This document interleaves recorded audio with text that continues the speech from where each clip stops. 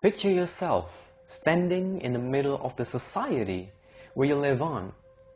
Perhaps more than 50% of you are currently living in a city, whether it is small, medium, large, metropolis, or even megalopolis or megacity. Whatever it is, city is the center of civilization since the ancient times.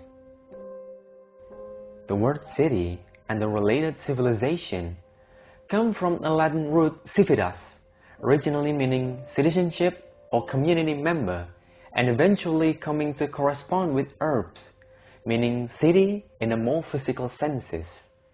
In modern world, cities have changed so much in its form, functionality, and speciality, but not very much in terms of its principle, as it is still the core or center of activities in its surrounding areas.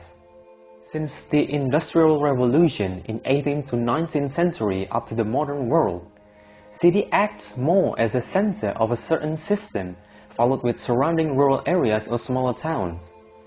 Cities have always been the place where capital gathers, whether it is natural capital, human capital, or man-made capital, with emphasis on modern days, relies on network and interaction between the cities and its surrounding areas. Cities generally have extensive systems for housing, transportation, sanitation, utilities, land use, and communication.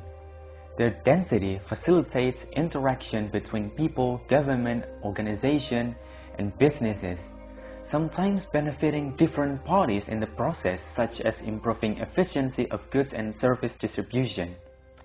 Cities are held together by its system, often transportation network or other infrastructure network, but it is often described as well that cities are held together by its homogeneity, its dominance of urban coverage, and any contrast beyond that are considered as the boundaries of the city. Cities are clearly a living object. They are life.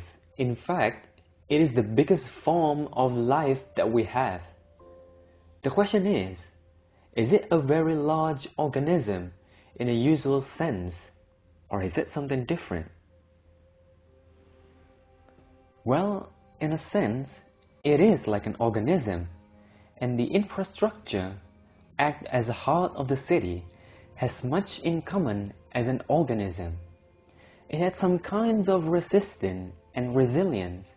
It adapts, it grows, and it has some kinds of metabolism. Cities do scale, from a smaller one to a bigger one, with relatively same characteristic and functionality. Cities do scale on its need, especially in their infrastructure. Cities embody nearly everything about a human being, about an organism, with loads of dynamics possessing both predictability and even greater unpredictability. Towards facing the unpredictability of a city, we need plans. As humans do with their goals in life, with their future, city must also have a set of goals, determined by its functionality and speciality. Whether it is utopian dreams or realistic dreams that we're speaking of, cities will grow as much as we do. As humans shape its cities, cities will likely also shape its humans. Cities do resemble an organism in a bigger scale, but even bigger, it is almost represent a small universe on its own.